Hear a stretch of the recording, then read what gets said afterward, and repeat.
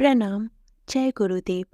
आइए सुनते हैं अखंड ज्योति पत्रिका से निंदक नहीं समीक्षक बने। समीक्षा एक ऐसी प्रक्रिया है जिसमें गुण दोषों का ठीक ठीक विवेचन किया जाता है। उसे पहले उसके गुणों से अवगत करा दिया जाता है। इस तरह उसकी मनस्थिति स्वयं के बारे में बहुत कुछ जानने को तैयार होती है। ऐसी स्थिति में भद्रतापूर्वक ये कहना बन पड़ता है कि उसमें कतिपय ऐसे दोष हैं जो उसके जीवन क्रम के लायक नहीं हैं। इस भांति धीरे धीरे इन दोषों के प्रति हम अन्यों को जागरूक करते हैं। इन्हें ठीक तरह समझ लेने पर इनसे छुटकारा पाना भी सहज हो जाता है। समीक्षक की स्थिति एक सच्चे मित्र और हितैषी की है। उसकी मनोवृत्ति का रचनात्मक होना जरूरी है।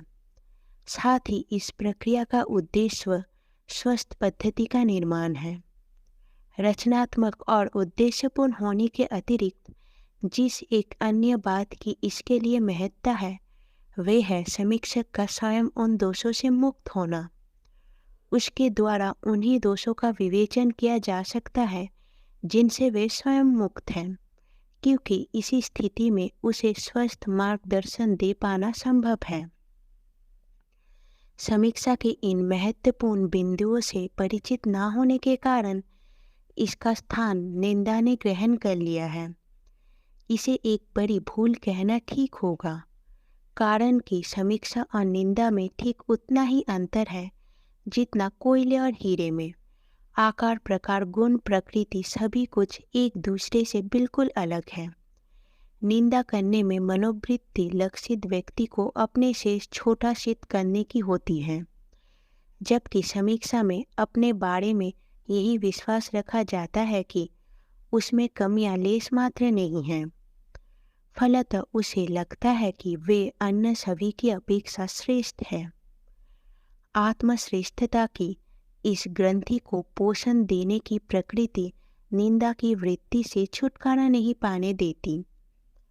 निंदा और समीक्षा के इस सूक्ष्म अंतर के संबंध में अध्यापक पूर्ण सिंह ने अपनी रचना बायोग्राफी ऑफ स्वामी राम में एक घटना का उल्लेख किया। इसके अनुसार स्वामी राम तीर्थ हिमालय के टिहरी क्षेत्र में रह रहे थे। पूर्ण सिंह अपने एक मित्र के साथ उनसे मिलने गए। स्वामी राम तीर्थ ने उन्हें समझाते हुए कहा, यहाँ निंदा वर्जित है। पूर्ण सिंह लिखते हैं कि उस समय मुझ में ग्रह कुवृत्ति थी। मैं निंदा करने लगा। स्वामी जी के टोकने पर जवाब था, समीक्षा कर रहा हूँ। स्वामी रामतीर्थ ने हंसते हुए कहा कि समीक्षा का अर्थ दोषों का वखान नहीं है। इसका यथार्थ भाव है गुणों का प्रोत्साहन और दोषों का निवारण। निंदक दूसरों की कितनी हानि करेगा इसका ठीक आकलन तो परिस्थितियों के अनुसार संभव है, पर वे स्वयं अपनी मानसिकता पर कुठाराघात किया करता है। आधुनिक मनोवैज्ञानिक भी इस मत को स्वीकारने लगे हैं।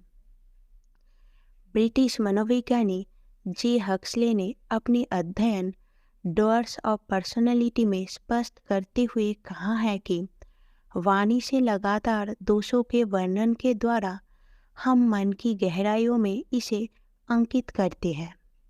ये एक सहज स्वाभाविक प्रक्रिया है, क्योंकि वाणी से इन्हें बोलने पर पहले सुनने वाले हम स्वयं होंगे। यदि लगातार इन पर चर्चा की जाए तो समूची मानसिकता में कलुष खुलता जाता है। धीरे धीरे चिंतन की ये विकृति समूचे जीवन क्रम को दोषपूर्ण बनाती है।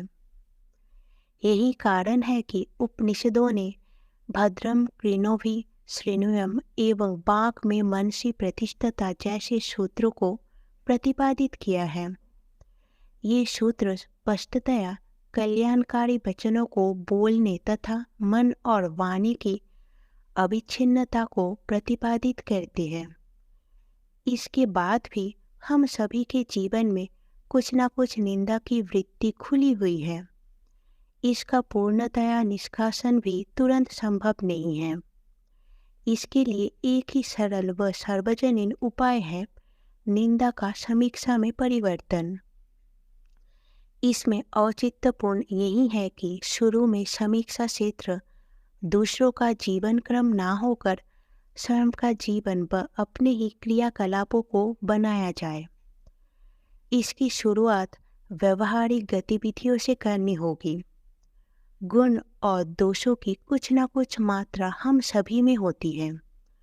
पूर्णतया गुण विहीन या दोष विहीन शायद कोई हो, अन्यथा कम या अधिक अनुपात में ये दोनों तत्व हमारे जीवन क्रम में समाये रहते हैं।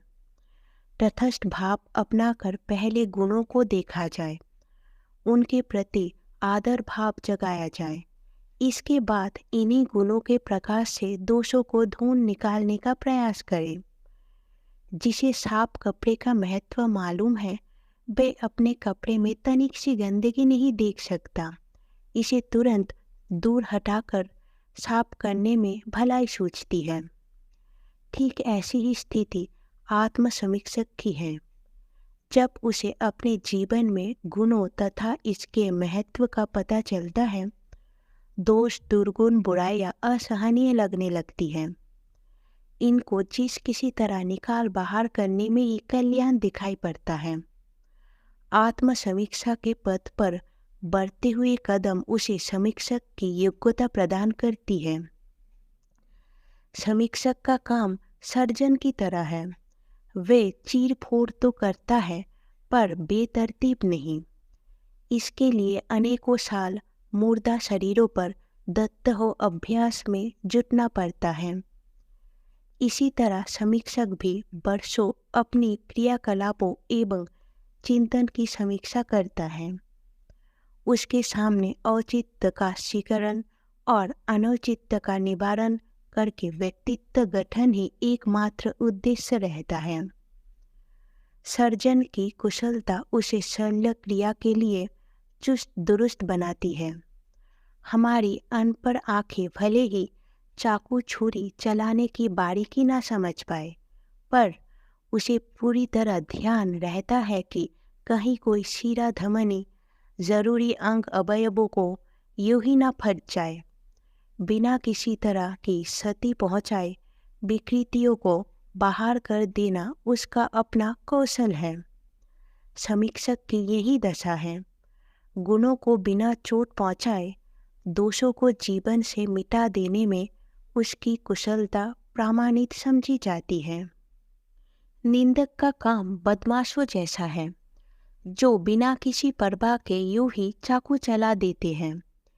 निंदालु व्यक्ति को किसी के गुण दोषों से क्या मतलब, उसे जिस तिस तरह अपनी वृत्ति की तुष्टि में सुख सूझता है।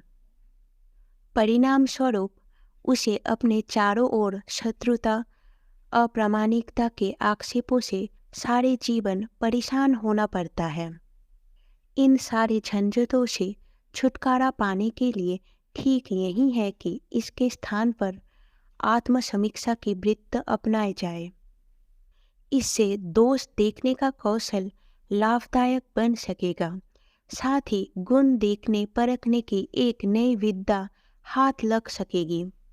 जैसे जैसे इसमें प्रवीणता हासिल होती जाएंगी, नीच के व्यक्तित्व का विकास एक कुशल समीक्षक के रूप में हो सकेगा। इस तरह न केवल हम खुद पहले एक दोष दुर्गुणों से छुटकारा पाएंगे, बल्कि दूसरों को भी इन विकृतियों से अलग कर सकने में सहायक बन सकेंगे। व्यक्तित्व के समग्र विकास की समीक्षा एक महत्वपूर्ण कुंजी है। अखंड ज्योति, अगस्त 1989, पृष्ठ 11। जय गुरुदेव।